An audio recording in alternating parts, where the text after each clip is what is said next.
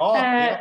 Just for some context, last week we did this conversation or interview in Swedish, and we got to talk about a lot of things. We talked about what it means to get back to finding your in life and your own magic and your own truth, energy. We spoke about Tantra, your story.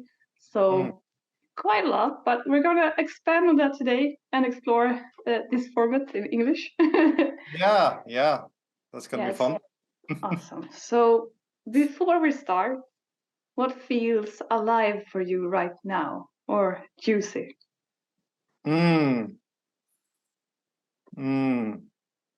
Yeah, I'm taking a moment to just, I mean, this morning I really felt the energy to contribute to, to tickle other ones, to journey within, that kind of, it's part of my why can I inspire people to journey within, that, because it gives me so much more in life. It's like, yeah, things suck sometimes and it feels bad, but I can usually pick myself up much faster nowadays.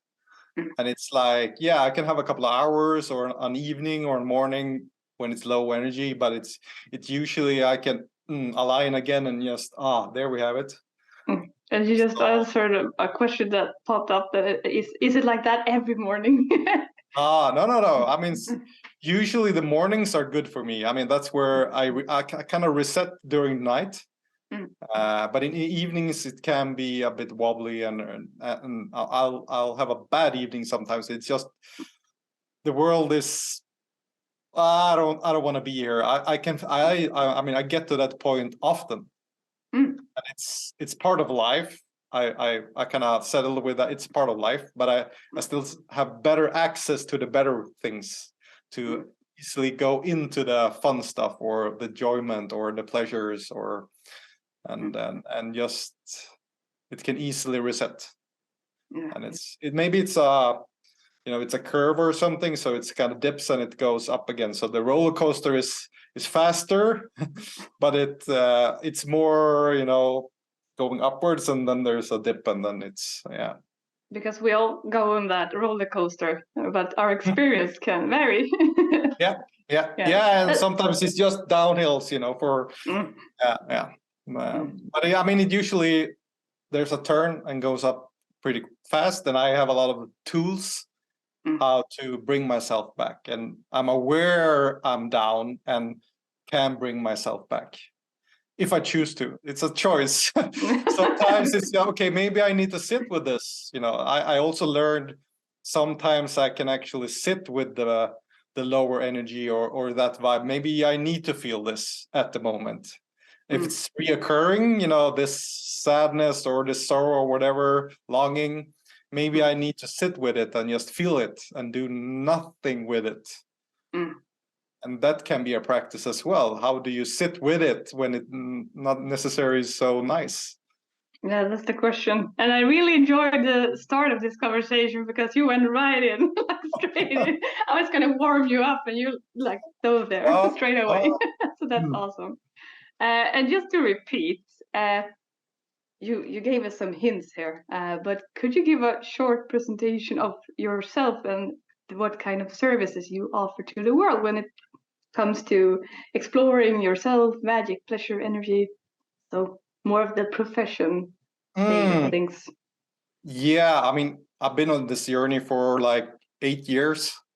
And it's just opened me up more and more and more to the pleasures of life and to go into the moment more, like what's happening right now, to be more in my body and to there's so many senses in the body, in the fingers, and to kind of awaken all those little things where sometimes it can be overload because there's so much pleasure or enjoyment. And when I kind of started noticing, oh, wow, I can go there, I can feel this, it got me so curious and wanted to dig deeper in that, to open the energies so I can actually sense more in my body without doing anything. I can feel energy in the body, and it's undescribable. I mean, trying to put words on it is like diminishing it. It's like I don't like labels or things. It kind of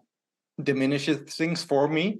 But it can be good to use words to describe for and inspire people, like talking about polarity, magnetic connection, and trying to maybe use the masculine and the feminine to describe, so you can relate. Okay, now I get what you're talking about. So but it's been a journey. I went into the tantra route right away, and it kind of opened up for more sexuality, more feeling, having full body orgasms and all that kind of made me, I want to explore, and it kind of accelerated my journey even more down that path to, okay, how can I explore even more? How can I feel even more? And how can I enjoy the ride and enjoy the ups and downs and we spoke about this in the last time about your story, and I think it's really interesting, because who wouldn't want to explore more when they have noticed, like, oh, you can have a full body orgasm? Who wouldn't want to explore that further? But to get to that point where you're like ready, and I know for you, you said that something just clicked for you. Yeah. And just to give some context for those listening now, where were you before that? You were in IT. You had a sex life that you quite enjoyed, if I remember correctly. Yeah, I mean, from my perspective then, it was fine. It was fun. It was exploring. It was playful. It was, but there was no energy-wise. It was kind of located down in my sex. That was the area of pleasure. Now I can feel it in my whole body. I mean, I can have a laughing orgasm, and I mean, there's so many orgasms even for men to explore, and for women as well. Just not the basic stuff. So there's, but yeah, life was kind of good. I had a job I enjoyed. I was not super stimulated, but it was still enjoyable and good colleagues and everything. But something was missing, and I couldn't, pinpoint what's missing until it was like, whoa, a relationship totally crashed, and I was kind of, whoa, something's off. I want something else. There must be more in life than this feeling, and it kind of exploded and accelerated my journey. Yeah. I think you're pinpointing that feeling that so many can relate to, but the challenge is you can't really tell what it is about, because it's about so much more. So you believe that many people that go on a journey, they've been through something really traumatic or life-changing overnight, but it could be that accumulated feeling over time, and it's just starts to want some air. Yeah, I mean, for some people there's like an awakening. There's something happens, and it can be a subtle thing. For me, it was kind of subtle. I was just out walking. I remember, the path I was walking on, when you're like, fuck it, I need to do something. And some people experience that, but some people need to actually go into the wall and repeatedly go into the wall, and then maybe they wake up or starting to wake up. So there's a lot of different paths to ignite that little thing that wants more, or ask the question, is there more? So yeah.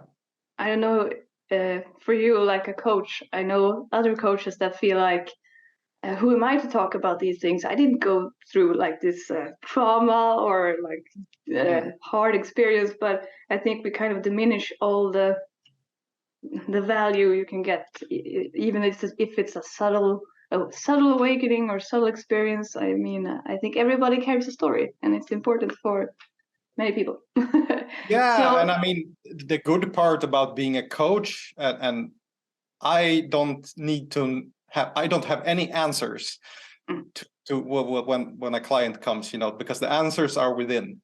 I might poke with good questions, but I don't have the answer to anything, and that makes it kind of easy for me. There's no pressure on me to actually have the answer, because I know nothing.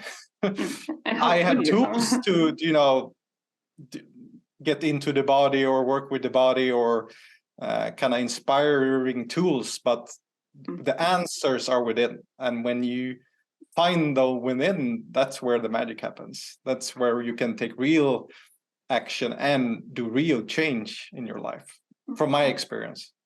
I think that really distinguishes a good coach from a not coach. That you help people find their own answers, because it's impossible in another way. Yeah, that's my experience. So, okay, this is a really big one. Okay. Why do you believe we are here? Wow. I have a theory I believe in, or I believe in this, where before I came to this earth, I made the choice. I heard a story about there's like a bus stop in the universe where okay, I'm going to Earth again. Whoa, what I'm gonna practice this time? I have no let's practice abandonment. That feels I'd never done that before. Anyone want to practice with me? Maybe I'll invite someone, or my parents. Do you want to practice abandonment with me? That's so. I believe it's a choice before I get here, and then that's a recurring pattern in my life until I get all the pieces and kind of okay, this is what it's about. This is my gift to the world, or to work on abandonment and maybe transform it into something better, into so I think it's a choice, even though right now I'm not sure how could I choose that. It sounds a lot more adventurous at that state. Like, I choose this sounds interesting, how can I emerge? But I mean, with that mindset, when it kind of okay, that's what I believe in anyway, it kind of it's easier to work on this deep stuff, because it feels, and it's not so funny all the time to get easily triggered about abandonment, when that's my core issue I'm still working with. It's so it's not all that funny or enjoyable, but it's still okay. It kind of opens up a whole new perspective on what if I chose this, and even in pain and suffering, what if I chose this? Yeah, and I mean it's my current truth. I believe in this right now. Maybe it will change when someone else or something else comes to be, but that's what I'm working with right now, that I chose this life, and the struggles or the challenges, I chose that in some context anyway. And it's what I'm here to transform into something else, and so here to transform, to grow, basically. And maybe since I'm so easily,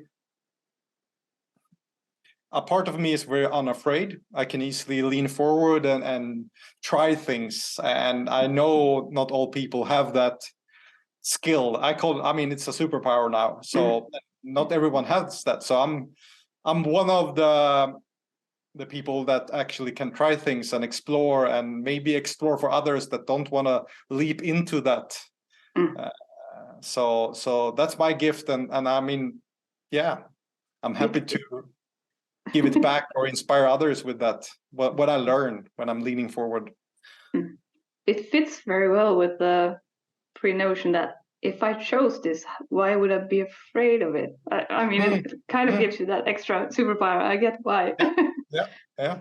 So, are there any other truths, personal truths, about what you think is important in life, or anything other that comes to mind when I say what are your truths? I mean, I'm just going with the first thing that popped up, and it's about the slowing down and just being still. And it's like, especially in the more intimate moments with your partner or with whoever you're playing with, to have access to understand the depth and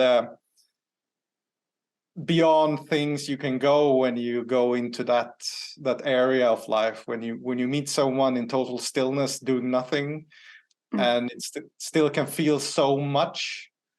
I mean, that what drives me anyway. I mean, fuck, everyone should experience this. It's like, it's beyond. It's like where I felt, okay, I feel complete. I can die now. I mean, that feeling is like beyond. I mean, I want everyone to experience that in life. At first sight, it feels like, how can I know for some stillness means nothing, and we feel like nothing is nothing. But I mean, for you, I know it has a different meaning. Yeah, but I mean, it took me a while to understand the depth you can go there when you're actually doing nothing. You're just connecting, and it's on a deeper level that it's hard to wrap your head around if you haven't kind of tasted it. So I mean, a part of what I'm doing is, okay, can I, in some way inspire or make people taste it, so they, okay, and now I get it. So it's like little things where you slow down even more and more, and it can start with, things you eat, or when you're dancing, just closing your eyes to sense more, and it's a practice. It's like Definitely. working out. You need to practice. You need to exercise the muscles, and the muscles within as well. And the stillness holds so much expansion in itself, because I think that many believe that in stillness you feel nothing. And I think we're all mostly chasing some kind of feeling. We'd rather feel something than nothing. So stillness might scare you if you don't get to explore it in some way and get curious. Yeah, because in stillness, the maybe not so fun things come up first. You need to feel those first, and then there's the juicy stuff. So you gotta work for it. yeah. Man, I mean, it's like working out with the body. You don't build muscles overnight. I mean, it's like when you kind of, okay, there's no quick fixes in any area, I think. So, and it's including this. It's, but I mean, the practices can be fun. I mean, how can we make it fun as well? I mean, we don't need to make it so serious all the time. There's can be a lot of playfulness in these practices. So, I think seriousness is another disease, if I could call it that. That puts me to the next question, and about what are the biggest challenges we face today when it comes to exploring our own capacity and truth and pleasure, sensations. What are some of the challenges? It's about awareness. I mean, I know for myself, I do things I'm not aware of. So I have patterns where I shut down or disconnect from the body or myself that I'm not even aware of. So getting more aware of your old patterns that's holding you back. That's one of the key things, I think, in a way. So, okay. Now, and that's like feeling when you're disconnecting or when you're shutting down. So starting to building up the connections in the body, so you actually sense, now I crossed my boundaries. I should have said yes when I should have said no, and actually feel it in the body. And when you feel it in the body, it's easier to do. Okay, now I'm feeling it. I'm going to take another action instead. So reconnecting with what you're feeling. Because there's a lot of things going on all the time, but we're usually not aware of it. And then we kind of say yes and no without feeling the body, because the body knows it. I mean, it's like the gut feeling. You can, I should go this or that, to reconnect with that in all sense of life. And it's a lot about becoming the observer. And I know you help many with this, and it's hard to know what you don't know. If you know what I mean. That's why that's why I also, when I go to a retreat or have a coach, I want a good coach that mirrors me, that kind of pokes and, wait, where what's that about? And then you probe into that, because it's beyond. So what's it really about? Okay, there's a superficial problem issue, but it's about something else usually. So get to what it's about really, and kind of, okay, what does that part need? And that could be really tricky in other settings, like with your friends or your family. They want to be polite and avoid potential conflict. So, I mean, it's good to actually be in a container that it's meant for that. It's meant to like explore and look at things like the observer. Yeah, I mean, when you feel safe, it's usually easily to go there because, okay, we're just sitting here. Nothing is going to happen with this. It's just going to, let's open this box and see what's inside. You know, what's holding your back? What's holding your feeling body back? What's holding your life back? And usually we have no idea about it until we start unfolding it. So, One thing leads to another. Yeah.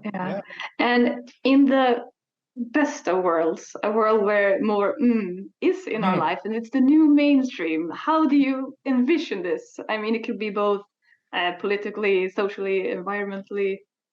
How is this world where we're more in contact? I mean, I'm gonna go with the first thing that pops up right away. I mean, it's like all the little moments in life during the day where you actually pause when you see it or sense it. I mean, imagine a world where people actually, oh, I see this flower, this bird, and I'm feeling something. I'm seeing the beauty in it. I'm pausing. I'm choosing to pause and take it in, and just wow. I mean, I still. I mean, the little subtle things in life or in the day is what's about living. To actually, I mean, imagine eating something and just closing your mouth and have access to that every day. It's not just autopilot and doing your work and your thing and then going home and you're exhausted and you're watching some TV and then you sleep and you repeat. You know, it feels like we're in a hurry to get to our grave. Who can be done the quickest? So I mean, having access to everything and by choice, and not letting fear run the world. I mean, there's a lot of fear in the world. So how would that be? Like, okay, I'm not. I mean, it's not the external things that's my compass. It's the internal thing that's my compass. So I'm making choices from what I'm feeling, not what other people are saying outside. And I can choose to listen and okay, yeah, let's go that way. But it needs to resonate within. A word that pops up for me is reverence. I mean, for life, for the things around, but also for the inside and things we might not perceive. So reverence is just popped up in my head. I think we sail away from it a bit in many senses, like having this appreciation. I so don't know that word. Can you explain it? I'm sorry. For you? For me, it means appreciation, basically, like treasuring moments, things, life, organisms, like just having a deep sense of connection. That's reverence for me, reverence for life and yourself, because you are life. That's my opinion. So yeah, I totally agree with you, as you can hear. I also think it's a very fun perspective to think, what if politicians were this way? I mean, it would change the whole structure of how we live. I mean, a lot of decisions around if they would, feel just the love inside or have the love for themselves inside and not externally need validation or whatever it's going on. I mean, I think the world would be so much more enjoyable or not driven by fear. Yeah, exactly. And we've spoken about when we're embracing our own magic, it feels natural to speak about the opposite, or what we perceive as the opposite, namely constriction or pain and challenges. And thinking about constriction, that can be take a lot of different shapes. What's your take on constriction? How can we sense this, or how can it appear? Can you reframe it? Constrictions is like limiting or? or Yeah, I'm just exploring. What's your like immediate feel of the word constriction? Because that is what I feel. We get constricted when we can't be in touch with our own magic, and that can be in a lot of yeah, different ways. it's so clear. It's not a word I use. I would use limited, or yeah. I mean, that's the same sense for me anyway. It's limiting. I'm feeling limited, or and I would say usually I feel that when I took some steps into this new path. I'm kind of, oh, okay, there's something, but I'm not able to step another, there's like a blockage, or there's something in the way. And maybe it's some part of me that's holding me, like I want to step forward, but some part of me is holding me back. It's too scary. So it's like a limiting feeling, and it's like I can't really. I want to. There's a part that wants, and it usually is. So it's like a split or something. Since so there's a part awareness in it, but it's like I still can't do it. I still can't take the step. I still can't do the action. So that would be my So yeah, usually it comes up after a while when you're starting the journey, and then it's like I want to, but there's some and yeah. That's also really interesting, because it's really hard, I believe, to feel, not act from fear, but sometimes you get really uncomfortable. It feels like fear in your body when you want to do something, but you're still holding back, and that's that limitation. So how do we know? Is this fear, or is it like what is this? Can we tell? Yeah, I mean, I can usually tell in my body if it's something is limiting me, and I mean, for that it's just something is holding me back. I mean, I can usually sense when it's a yes and it's a no, and I can sense where I'm limiting myself, or there's a constraint. I can feel it, and it's that if it's limiting or a constraint, it's usually something I can work with and let go of.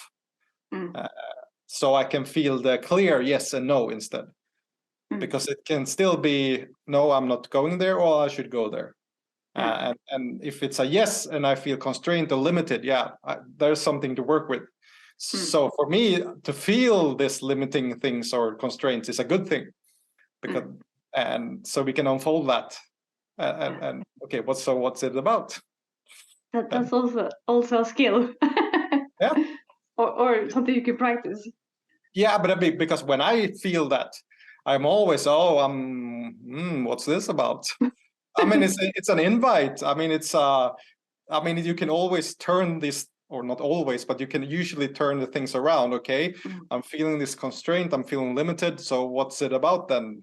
So I mean, I'm getting the opportunity to look at it. Yeah, instead of tossing the coin away, you actually turn it around and look. What's on the other side of this?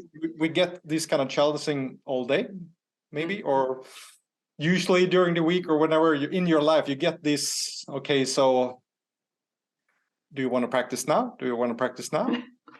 Yeah. And some people start practicing and learning from what's holding their back, or they just keep, stumbling. Yeah. I don't know what I believe everyone can tune into that feeling of the yes and no, feeling it in your vibe, because I think nowadays we rely very much, as you said earlier, on the external. Like we're searching for an answer that's not coming from ourselves, and it's no wonders we get confused and scared. Yeah. So, and my word of constriction, I get we're talking about the same thing. So you're describing the exact same thing. I can feel in my body that I'm like making myself smaller, and I think that's why I said constriction. It's like I can feel it in my breathing as well. It's like I'm getting smaller, and I want to expand. So it's really interesting. It feels so clear. We have different patterns on how we tackle that, or how we navigate in that feeling. Yeah. So starting to be aware of what I'm doing when this occurs, it's a good start. So definitely. When exploring or learning more about pleasure and our abilities to both create and receive it, would you say there are some important differences between male and female, or men or women? No.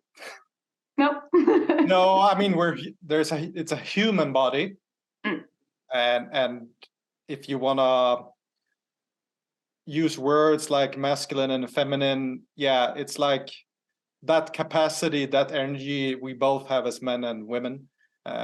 Some women might have more feminine energy, or some might have more masculine energy, and same goes for men. But it's just a term I use sometimes you can relate to different things, but the capacity to feel is like, it's almost the same. I mean, sure, the anatomy is a bit different, sure, and the specific type of orgasms a woman can have is not the same as a man can have. But it's in general, the feeling sensation, I think we both have the capacity to feel so much more. So I wouldn't limit myself because I'm in this box. That's I don't encourage that in the beginning. I mean, it's like we have so much access to so much, and it's a muscle to relearn it, reconnect with it. It also feels really hopeful. It's like no one gets left behind. You have a human body, you can explore your abilities. I mean, sure, it's different anatomy and there's different subtle things, sure, but it's in the big thing. I mean, my experience, I felt so much envy in the beginning of the female's orgasm capacity, but when I discovered as a man I can have the same thing. I mean, it's my experience. I don't know how it feels in someone else, of course, but there's so much feeling capacity even in my body. So, and there's so much more feeling capacity in the female body that I think most females have no clue about. It's like, I mean, it's unimaginable when you to open that box. It's like, I have no idea this was possible. I mean, that was where I kind of started about, whoa, okay. Yeah. It's beyond words. Yeah.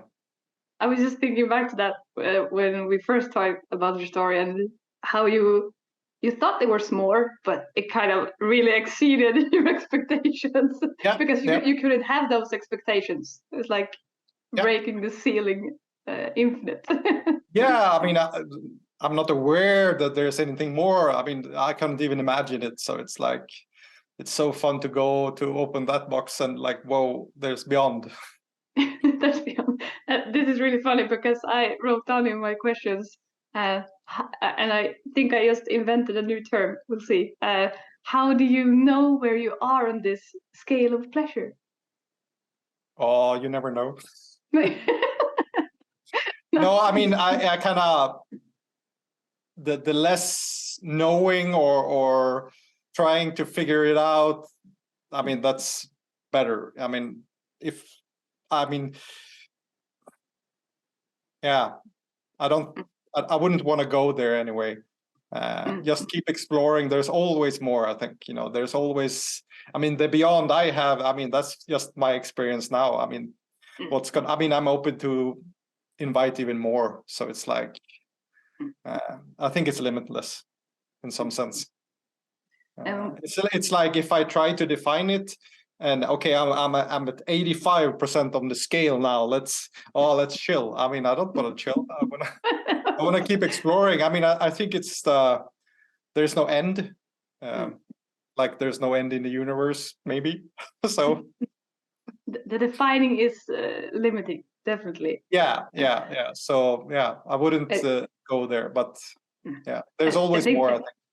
Yeah, and I think that's just a normal instinct today. Like, how can I put this in a box, and how do I figure out where am I at, and what should I do next? It's like this basic instinct. Yeah. So really interesting. I have few left, but then we're done. How important is play for you? Oh, it's so important. I mean, the playfulness is like, sure, you need to go serious when you're working with tough stuff. I mean, and if you have trauma and you need to hold that, but it's so important to even bring in the playfulness in that, so not make it so serious. And I mean, that's even in the coaching when we're body working or whatever. I mean, I try to invite that. So I mean, it's like the roller coaster, even in all areas. So and in the pleasure sense, okay, maybe we're sitting here, we're breathing together and we're going deep and we're feeling our hearts or whatever, and but it still can be playful in the next second. So it's like learning to dance and follow the energy, I would say. So I mean, that's so when you're super present in the moment, and you don't, there's no, okay, we're going here, we're going this way, we're just here. It can go to playfulness or it can go to the other way, and you can dance the whole spectrum. So it's in the not knowing area, it can take the route it needs to take. I think we have lost a lot of our to invite the playfulness as an adult, because it feels like it has no place today. But I think you just threw the other way. I mean, that's just I mean, I can feel playfulness. I mean, now it's snowing here in Sweden, and it's like I can feel a part of me that's want to go out and play. Maybe the adult thing in me or some part of me says, not now, and I can sense that, but I can still feel the playfulness, and I can invite it if I want to. So it's like all aspects. There's parts of you that want to do this and this, and it can starting sensing the parts that want to play or want to be serious or want to be creative or. That's probably the most important aspect, like and understanding the benefits of playfulness and the usefulness, if you want to use that term, because I think that's a big part of why it's pushed away, because it's not productive or it's not like doesn't have a place. Yeah, I mean, it's like shifting energy. If I'm down or okay, I mean, some is for me just to start dancing, and that can be playful. So it's like it's a tool as well. You can use it as a tool. I mean, how can I make my life less serious? I mean, it's that, Speaking of awesome. If I know you have given some tips, but if someone's listening or watching this wants to start exploring their inner self, what are some tips or guidance you would give them on that? Like they're at the start. So if I would invite, what's the first step to inviting something? I mean, the easiest way for me to just invite some pleasure or some fun or some enjoying this, to sit with myself, light some candles, put on some music, just start breathing some, taking some breath. And I mean, if you have yourself, just starting touching yourself slowly. I mean, that's explore your own body. Slowing things, I mean, learn to take in slow touch. I mean, it's you need to train the body to sense the slowness. That's my experience anyways, to do that. And you can invite oil and just massage your body yourself. And it's like, just be what is, don't have a plan. Okay, I'm not gonna end here and see. I mean, starting listening to the body talking. Can you hear it talk? Oh, this was a nice touch. Can I? Oh, it like this. Can you? It's like you have two hands and you can do so much with two hands. It's can I with this touch this hand, this fingers? Can I? Okay, can I enjoy touching with this hand, and this hand can enjoy being touched? And it can be, I mean, exploring that is a good start, I think, to just touching yourself without a plan, super slow, have good music. I mean, create an warm environment and just. I like and the try part to about breathe. Yeah. I really like the part about don't have a plan with it, because Yeah. that is what I think solved it a bit for me. Like when in meditation or some moment like that, like after this we're gonna do that, and if I try this, it will lead to like you're not there, you're somewhere else. Yeah. Yeah, and I mean, if it goes somewhere and you jump in and you jack into, you have a plan later. I mean, that's part of it. I mean, it's an exploring, and can we have a plan? Not have a plan for 2 minutes and start there. I mean, it's like be humble and be kind to yourself in this exploring. So okay, I went there and I didn't want to go there. I mean, okay, that's part of the journey to, okay, we can start again tomorrow, or you can invite it again. You know, it's like, yeah, and be playful with it. I mean, that's not, you don't need to make it so serious. That would be okay. That may be more playful music, not super serious music, or whatever invites more playfulness in it. Or maybe playfulness is the thing you don't want to go to. You can go to another. I mean, it's you can trying to, okay, so starting listening, okay, how might my body want to be touched? I mean, that's the first step for me. Okay, how do I like to be touched? Do I even know that? Okay, maybe I'll explore how I like to be touched before I'm relating with someone else and we're trying to get together and touch each other or something. Maybe I need to know how, okay, I want to be touched in this way. This is what I want to practice. And learning to communicate and do that to myself is a good start. It seems like we're more in contact with how we don't want to be touched, or how we don't want things, like in general, what we don't like. Yeah, but I want it this way, and I want it at this pace, and I want this pressure. I mean, if we don't know, we don't know. So then we need to explore. But I mean, when that clicked for me, when I learned and could sense if this is a good touch, oh no, less pressure, more pressure, no, right, left. I mean, when it was really someone serving me, like, I mean, giving me a massage or something, and oh, perfect, or no, a little bit there, you know, it's like, it's for me anyway. I should invite what I want, right? But I mean, it's a lot of people don't know how they like to be touched. Yeah, they have no clue. Putting a big lid on your self-expression and your creativity and your life force, I would even and I mean, say. that's part of life. We shut down, we adapt to survive. So it's like, it's just okay, it's like this now, but I can still turn it into something else. I can awaken this sense. It's it's like both our biggest strength but also our biggest weakness, that we are so adaptable. Like as long as we're aware of our adaptation ability, I think it's a power, but it can be misused as well. Yeah, I mean, a lot of things we have from the past that's holding us back, when we get aware of them, it kind of, you can usually turn them into superpowers. So yeah. And it seems so simple. It feels so strange. Like, can I just be still with myself? I know some reactions are, but I can't just sit and touch myself. I wouldn't get anything done. How would that contribute to my other things I'm thinking about right now?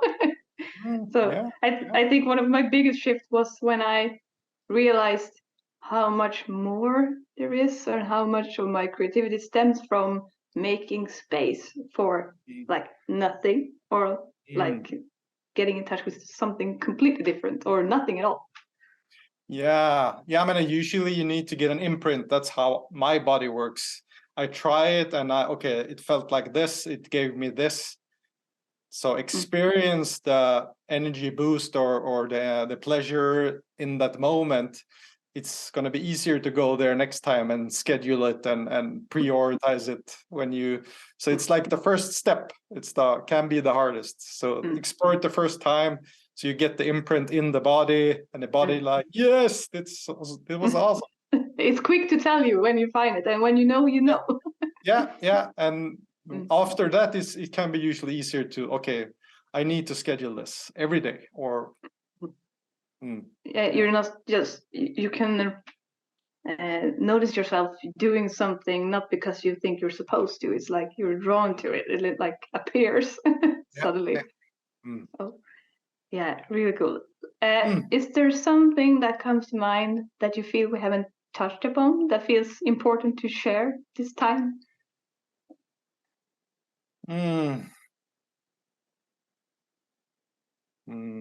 No, I don't think anything comes up at the moment. Yeah, we could go all other routes, but I think it's we can just We talked about a lot of things last time and also this time, so I just wanted to make space if something was rising to the surface. No, not now. I think I'm good. Yeah. So how do I work with you if I'm watching this or listening and I feel like I want to get that imprint? I don't know how. What should I do? Can I contact you? Can I ask you questions about this? What do I do now? Yeah, I would go to the subtleartofsurrender.com and you can sign up for getting more information from that area, and you can schedule a meeting with me, a short meeting where we just say hi and do we like each other? Can we reconnect this way? I offer both coaching one-on-one and in group sessions, so there's a lot of things you can explore that way. There's also a platform with you can access subtle little practices for free.